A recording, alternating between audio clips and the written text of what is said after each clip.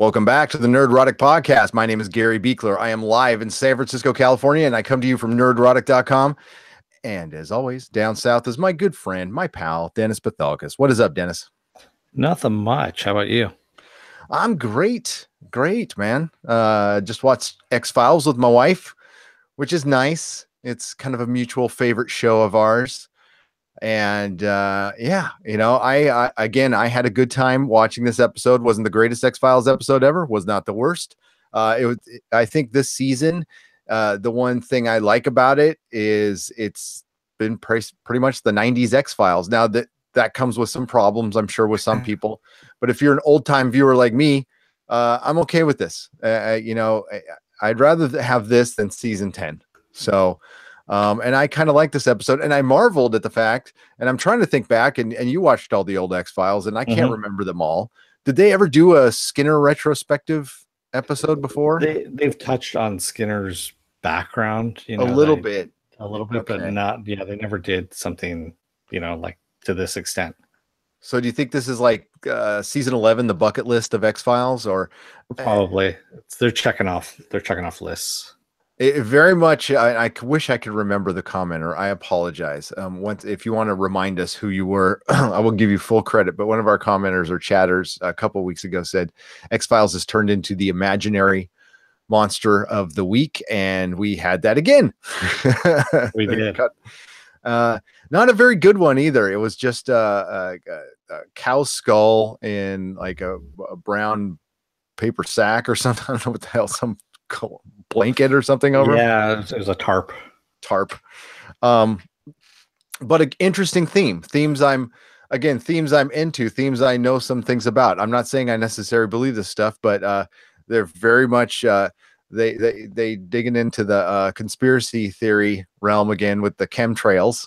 So we start out this episode with a flash. We're back in Nam with a very young Skinner and a very scared private who he's with, and they're getting dropped down by helicopter. This is what my father-in-law used to do. He used to be a helicopter pilot and drop people off and take off. He said he would deliver bodies and beer.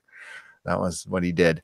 And dropped a couple people, dropped Skinner off and his pal, John, right? His pal, John. Yeah. John. And they had some kind of crate, and they had to take this crate into some village, and they get dropped off. They take the crate in a village and dropped it into some tent where there's some scared Vietnamese family there. They're getting shot at the whole time. And the crate, one of the guys who's helping them in get shot. Skinner has to run back out, and he leaves John, his friend, in there who's just scared. So not the best, frame of mind to be, but what the hell, it was war.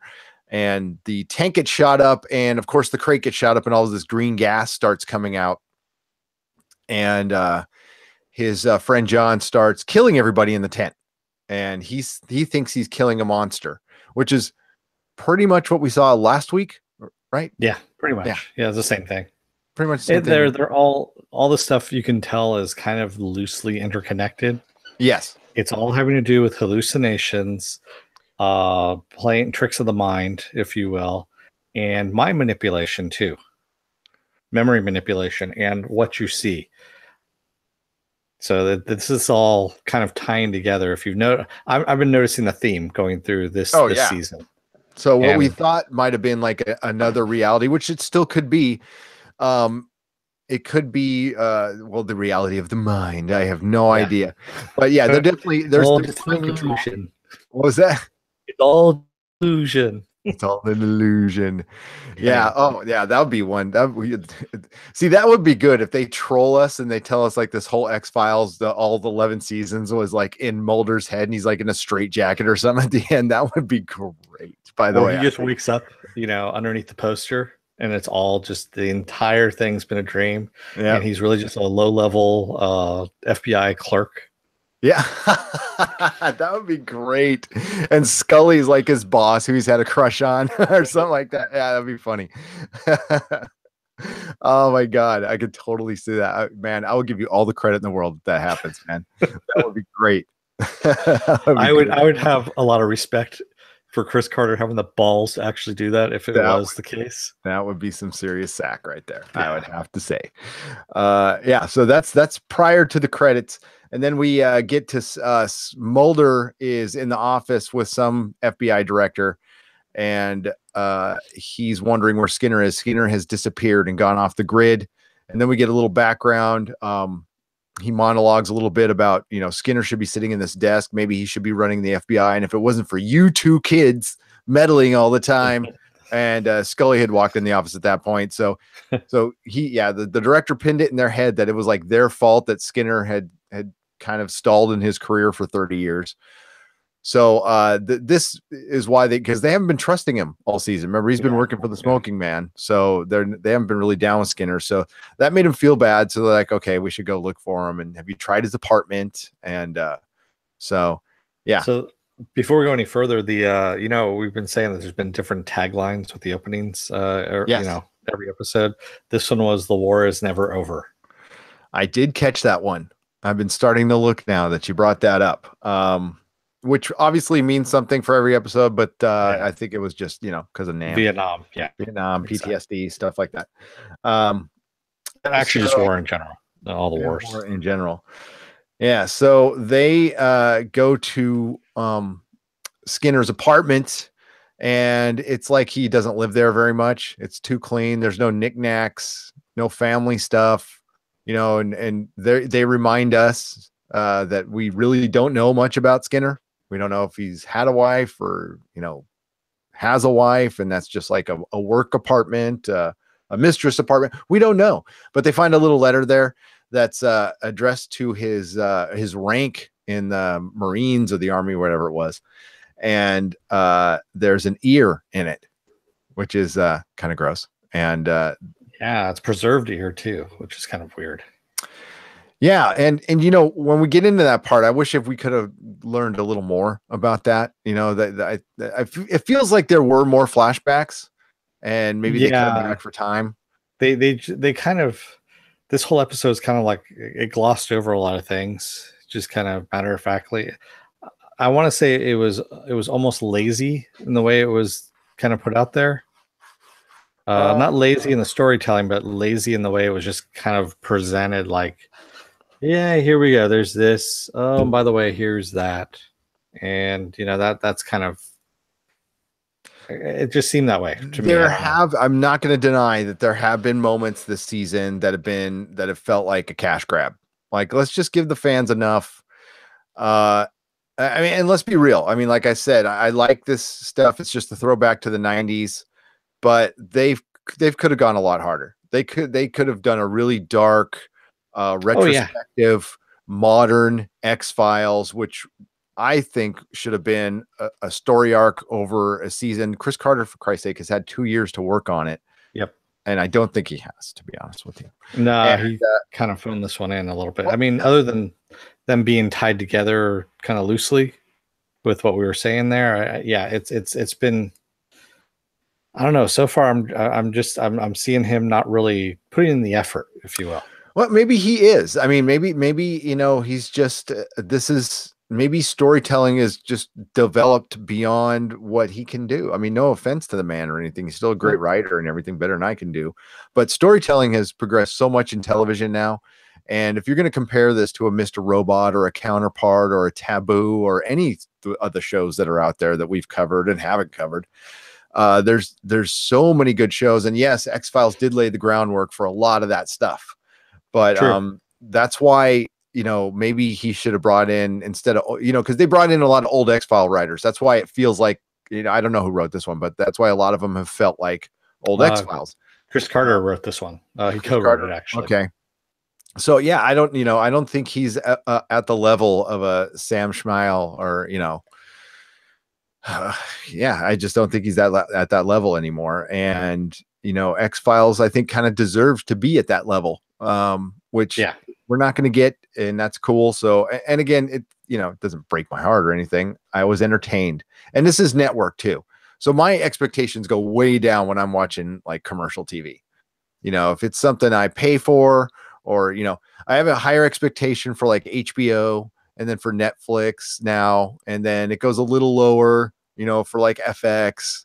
I've got tiers of expectations. I know it's terrible, but and when it's on network, I'm just happy if it's something entertaining, to be honest with you, because network TV is pretty blah right now. So they end up going to this town where the letter is from to seek out whoever wrote it. And they run into the town sheriff, who's your typical small town sheriff. And they pull out one of the bodies that the ear came from. And it was some medical doctor who was out hunting in the woods. And it looked Dr. like Lightweiser. Yes. And it looked like he had he was attacked by an animal, they thought, or he got hit by the what were those well, what happened was he fell into a trap. He fell into a hunting trap, which is again,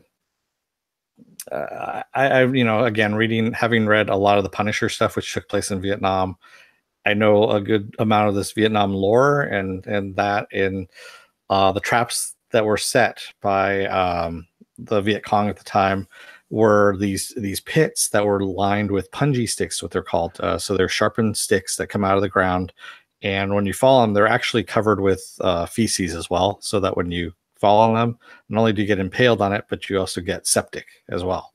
Yeah. So pretty nasty stuff.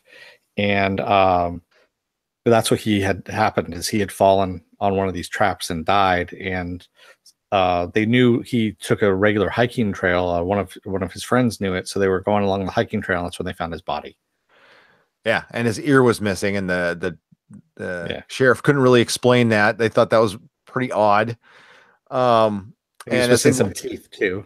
Yeah, he was, and that's another thing, is that's kind of a running theme. He said, yeah, my wife lost a tooth, and I lost a tooth, and the dead body had lost a tooth. And before they went to the police station, some homeless vet was sitting on the park bench just going, you ain't gonna find Kitten in there. Not gonna find Kitten in there. And like, okay, cool, thanks, dude. And so Scully and Mulder, they leave, and I guess another hunter so we follow another hunter who's out there. We cuts to commercial, and it comes back, and there's a dog and a hunter, and they're chasing after something, and we see the monster in the background, the monster that John had seen earlier in the episode, and you could tell it's just a dude running under like a blanket or something like that, but he falls into one of those pits and dies, but there is a deer cam on him apparently. So, but before we get to that part, he falls in the pit and dies. And we see somebody come. We can't tell what time it is. We can't tell how long the guy has been in the pit. But then we see Skinner come up and shine his light down. And, it's making it look like Skinner dug the pit and killed this dude. So, yeah. So that's. And what happens after that? Sorry, my notes got all crazy. So it cuts to commercial, and then it comes back, and is it back to Sculler Moldy?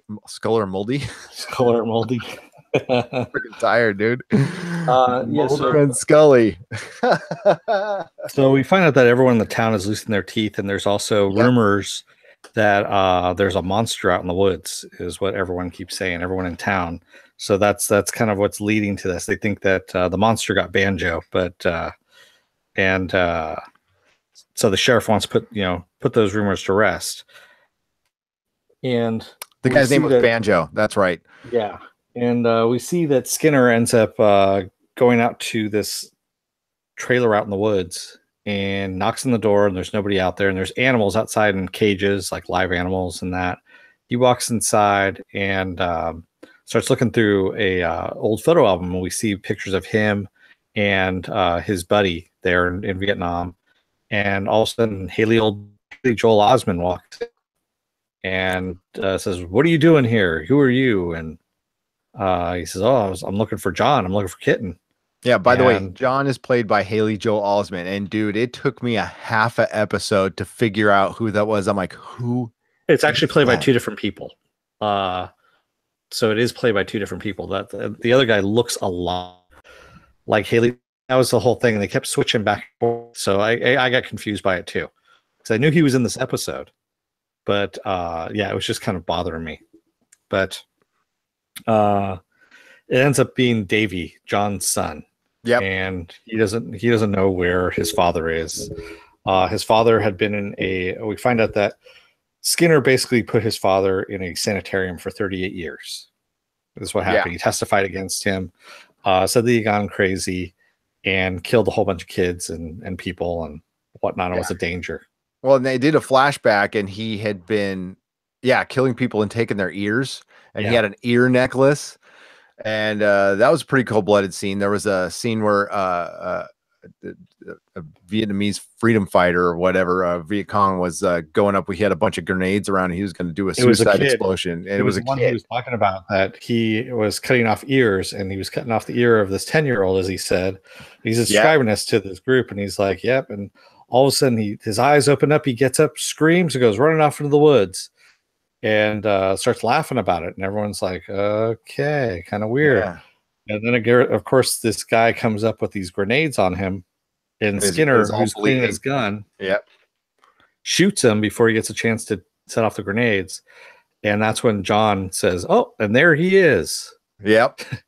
That was the kid. It's messed up little scene, man. Yeah. So, and by the way, Haley Joel Osment, wow, he looks different. I'll just say that. Yeah, he's put on a bit of weight. Yeah. That's all right. As long as he's happy. It doesn't matter. Doesn't matter. So Skinner's got a lot of guilt. He was ordered to not mention the gas during this trial. Yep. Puts a guy away for 30 years, and apparently he had tried to find him, and they just erased the guy pretty much. Yeah, they put him in basically they threw him away and locked away the key, supposedly. Yeah, and they were keeping him behind glass, and Davey, his son, wasn't able to even touch him or say hello to him. So obviously this affected the son. Now, this is where they really left out a ton of details. Like, how did this affect the son? Why did this affect the son? And what did happen to the mom? Even Mulder is like, "Do you mind if I ask how she died?" And he's like, "Yes." And that's it, and we'll get to that scene in a second. But so there was not enough for to explain why yes, obviously at this point in the show, the kid is torn up, and he's like, when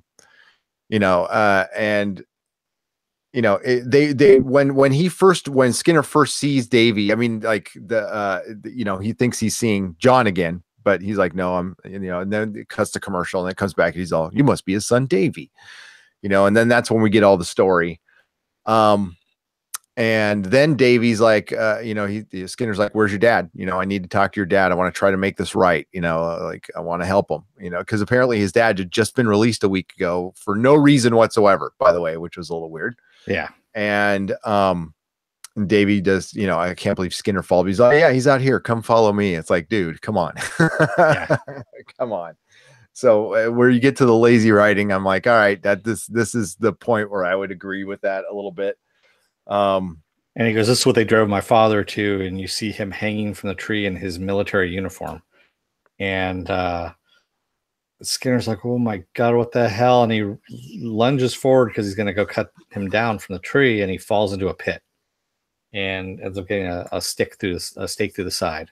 Yep, one of the bungees. Yeah. And to make matters worse, Davey actually cuts down his father and just drops the corpse right on top of him. And we go to commercial, and that one, it's just like, wow, okay, that's pretty messed up right there. That was. So then we have, of course, Mulder and Scully finding the trailer, and they go out there to go and talk to John. They want to talk to Kitten, but they find Davey instead. And Davey's being very cordial, bringing them in and, talking to them. And he had covered over the pit, and Skinner's yelling for help, and he puts on some music so that no one can hear Skinner yelling. And we end up, he starts talking about his father being experimented on in the sanitarium, and how, and Scully's like, "Well, what's the use of having this gas? Why would the government want this gas?" "Well, to control everyone's minds, to control can you imagine a government that can control millions of people's minds and make them do whatever they want?" And starts kind of going off on this tangent and says, they're putting them in jets and the chemtrails and all this stuff. They're like, okay. They reference MK Ultra. Okay. Yeah. Very well known. That actually was real, though. That's actually real. Mm-hmm. The government tried. I'm not saying this Blue Sky. Yeah, MK Ultra, MK Delta. They talked about MK Delta. I don't know if that's real. I know MK Ultra is real for sure. And yeah, and they're like, okay, not so goodbye. But Mulder's like piping in, going, yeah, they did all this and that and this and that. So Mulder starts going through the photo albums, and he had mentioned Davey. They had asked about Skinner. He's like, I never heard of him. And Mulder goes through the photo album and sees that Skinner's name is like all over it. So he's like, Scully, let's just get to the car and go. Yeah, you drive. We're gonna go now. You drive. Yeah, it's kind of like when you're at that bad party with a wife, and you're like, okay, go now. So the safe word is mango.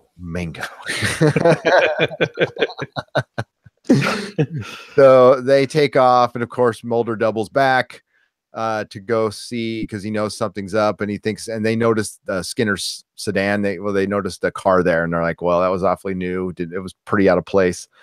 But yeah, I think the whole episode was so he could sit down and tell, basically, and it's basically the Scarecrow's fear toxin, this gas. So they can't control it. It just makes people homicidal and crazy, which we've seen in a million movies recently. And we've seen them also in the X-Files too. Remember, there was that whole elevator, what was that building one that they had released some kind of gas in there on people, and people were killing each other left and right in that building. That was back in the 90s. They did one of those episodes.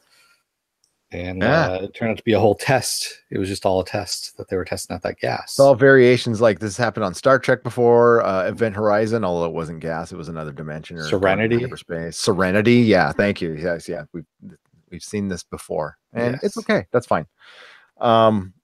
We saw it in Altered Carbon too. Yeah. Actually, Ghost World brings up a good point. He says, what if it wasn't a dream, but it's all in Mulder's head, who's been an MK Ultra test subject since season 1? See, there you go. Jody's thinking, man. Ghost World. Sorry, Ghost World. Don't mean to misappropriate that. Good comment. Ghost World apologies. Yeah. So basically they're driving away, and Scully's like, what the hell? And Mulder says, you know what, I think Skinner's there. Go on. He goes, I'm getting out here. I'm going to do what Skinner probably would have done for us. He'd go and look for him. Go look for us. You keep driving up, get a signal, call the sheriff, get as many people here as possible. And so he starts running off into the woods, comes back, and Scully is just trying to find a signal. She can't. And Mulder ends up finally finding Skinner in the pit. And just as he's about to get him out, he gets pushed into the pit. And he also finds a costume as well, the skeleton costume.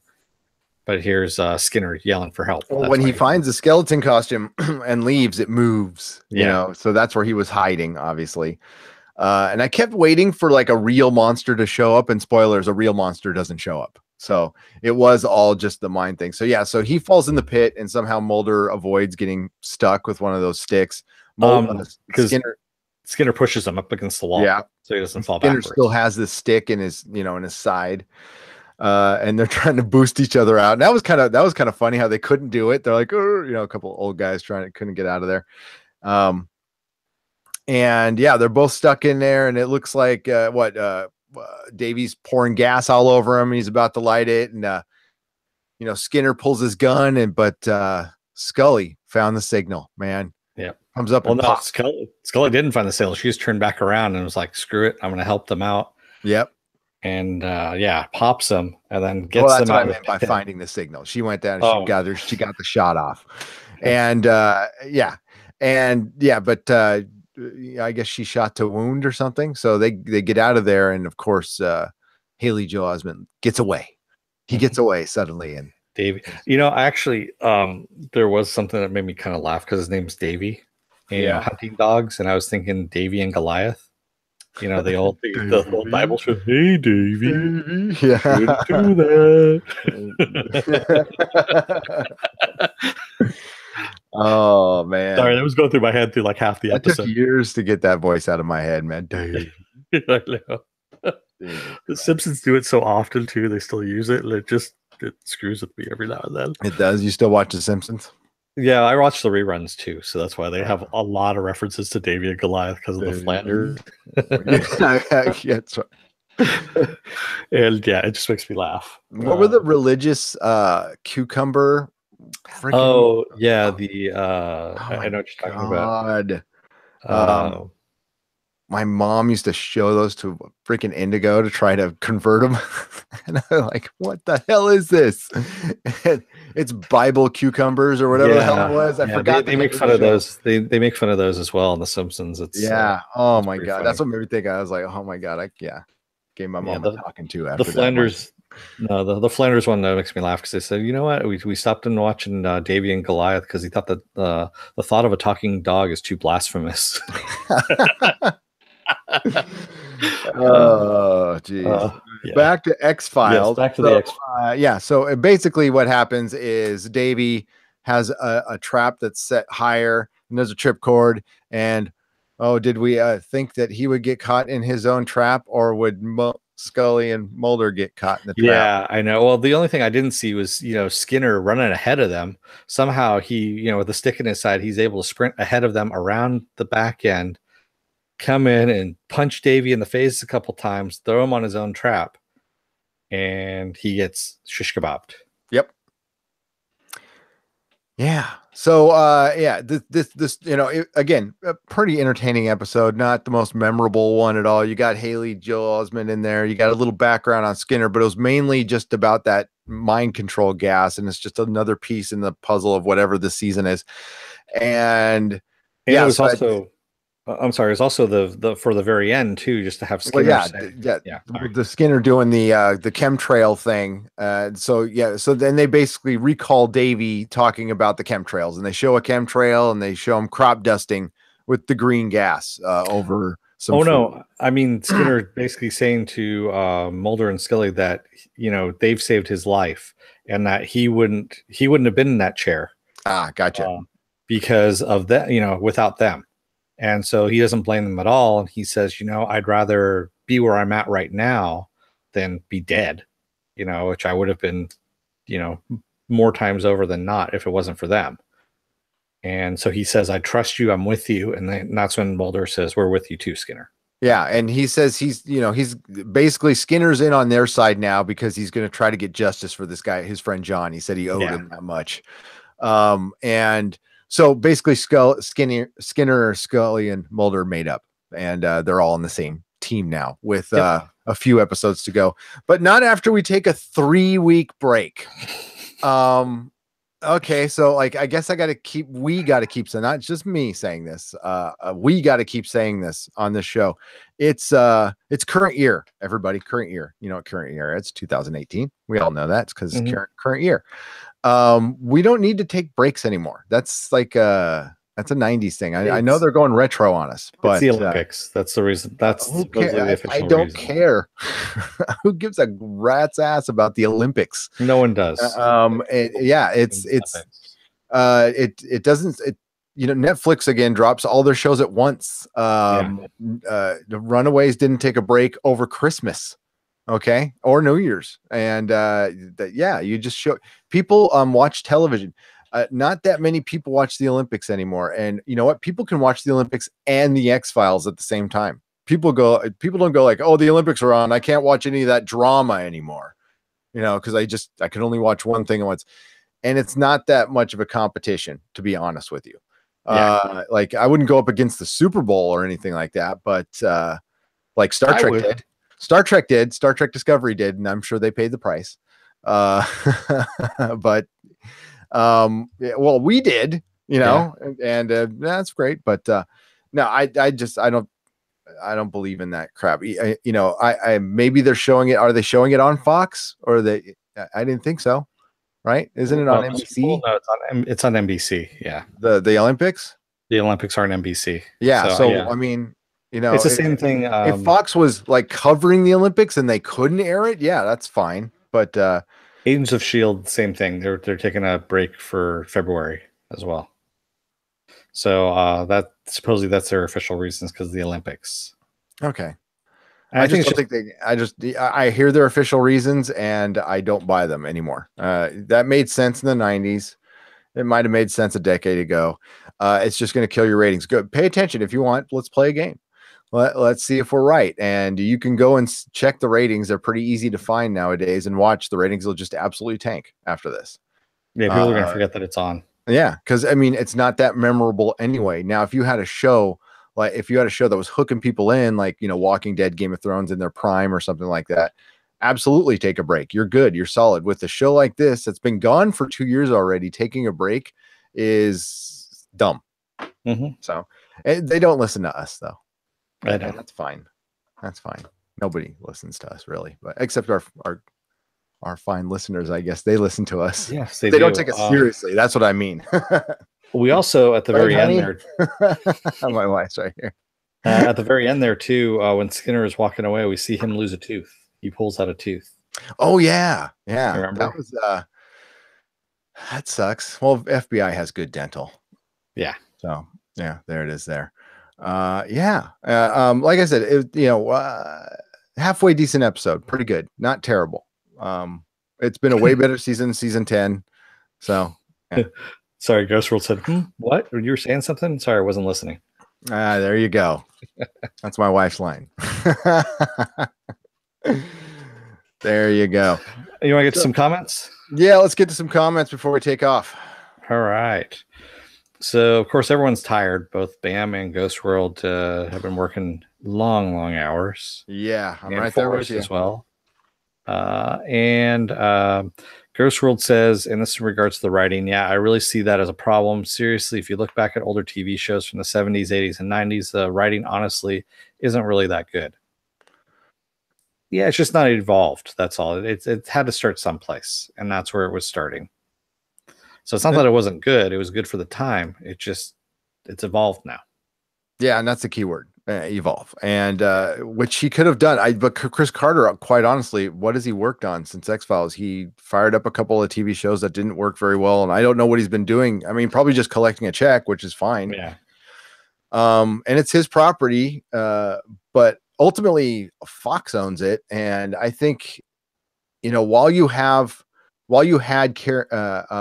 Gillian Anderson and David Duchovny still in a good age to do it, I would have done something like really boldly different and groundbreaking and fun. You can still do it fun. I would have just cranked it up a little bit and evolved the storytelling a little bit, and made it, kind of in these times too, and sci-fi it up a little bit more, Yeah. Or go like all monsters or something. Like, we don't need to deal with it. Like, the aliens thing is done. Let's, they did plenty of monster episodes. Let's do some real monsters, or there's a lot of ways they could have gone if they brought on some, maybe, Chris Carter could have still been there running the show, but I would have brought on somebody who's a little more fresh.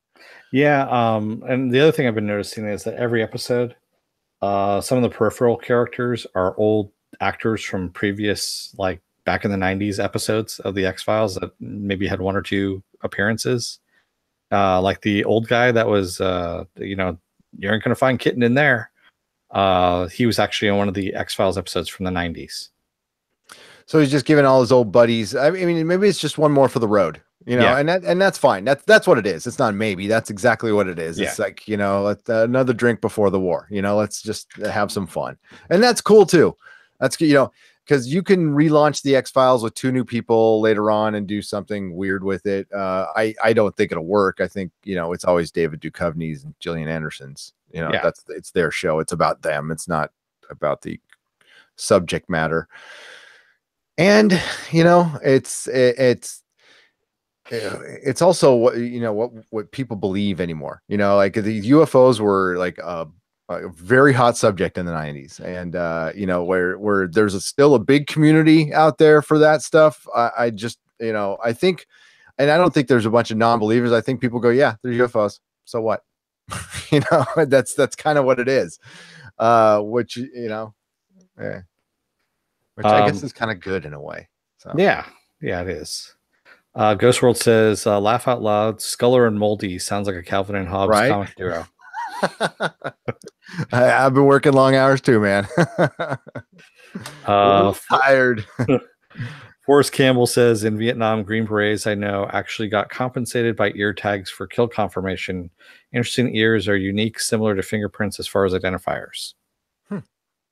I did not know that.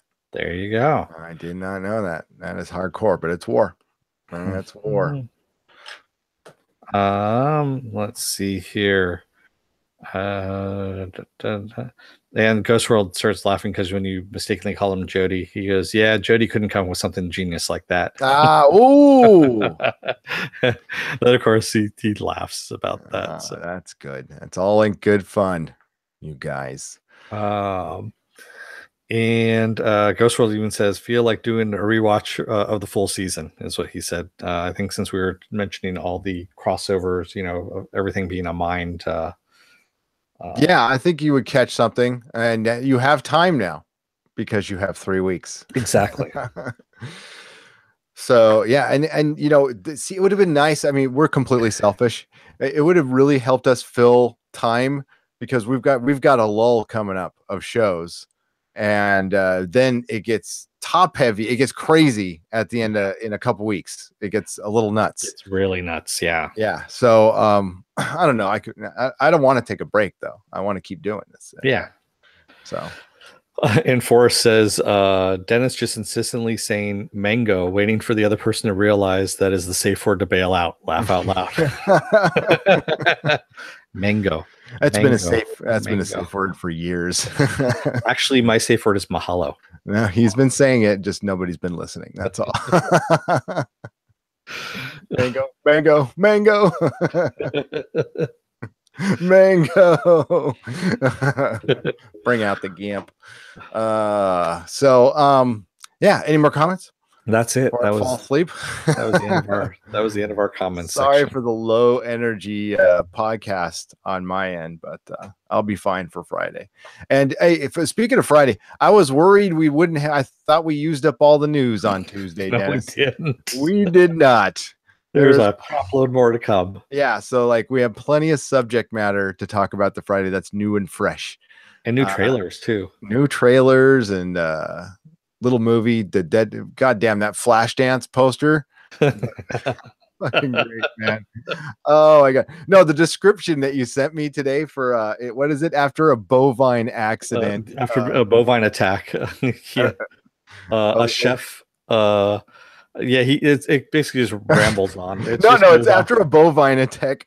A local chef still tries to achieve his dream as being the best bartender in Mayberry or something like that. Yeah, exactly. My ass off. Was good. I mean, it hasn't been as good as the first movie, but the marketing for Deadpool's like pretty much the greatest marketing ever. Yeah, I love the whole. Actually, I love the trailer, so it was good. They did a good job, which we'll talk about on Friday. We will talk about it because I haven't seen it yet. Oh god, or what? No, you got to watch. You got to watch the Jessica Jones one, man. The Jessica Jones season 2 one. My god, that was good. Okay, so here it is. After surviving a near fatal bovine attack, a disfigured cafeteria chef parentheses Wade Wilson struggles to fulfill his dream of becoming Mayberry's hottest bartender while also learning to cope with his lost sense of taste, searching to regain his spice of life as well as a flux capacitor. Wade must battle, oh my god, there's more, ninjas and yakuzas and a pack of sexually aggressive canines as he journeys around the world discovering the importance of family, friendship, and flavor, finding a new taste for adventure, and earning the coveted coffee mug title of world's best lover. That is good. Shit, man. Yeah, I actually tweeted Ryan Reynolds, and I because after he posted that poster, and I said, why this isn't called Deadpool 2 Electric Boogaloo, I don't know. And I go, that's what it should be really titled. Did he answer inside? He hasn't. No. He big timed you, dude. He big timed you. I know. I bet you it was just too on the nose. I know it was too on the nose, but still, it's Deadpool. Like I said, sometimes on the nose works. Yeah. I don't know. I can't wait. What's it called? It's What's the official title? It's Deadpool 2. It's just Deadpool 2. That's all it's called.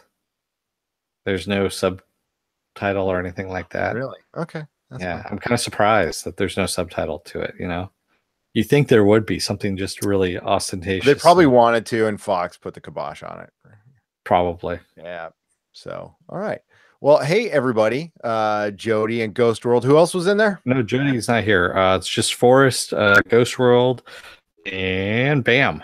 And Caesar Maze. Caesar Maze is here as well. Jody will be here eventually. Bam, what's up? Packages on the way, Bam. Packages on the way. You should be very excited because it's very cool. I really want That's to the same thing he tells his wife too. You know, the package is on the way, and she should be very excited. I deliver every time. Got two. I got two very smelly teenagers. Jesus Christ! All right, Dennis.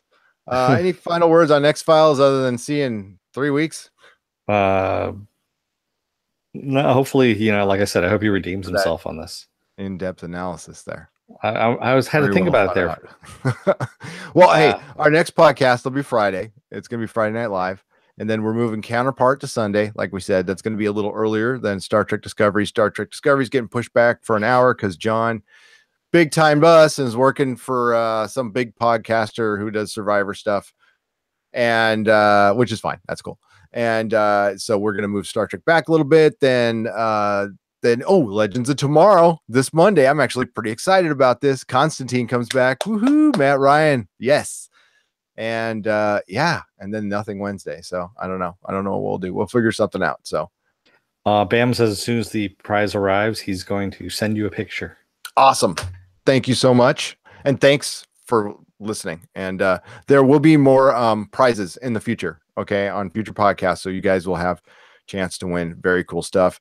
Derek will be making a prize package for his upcoming appearance, which should be within the next month. I'm crossing my fingers. So yeah, that's Derek Robertson, the artist of Happy and Transmetropolitan and stuff like that. So the boys, and we will be talking about the boys. That's what we'll be chatting about. Yeah. All right, Dennis, take us out. Don't let the door hit your ass on the way out, America and the rest of the world. May the small folks sing songs of your greatness. Good night, everybody. Good night, everyone.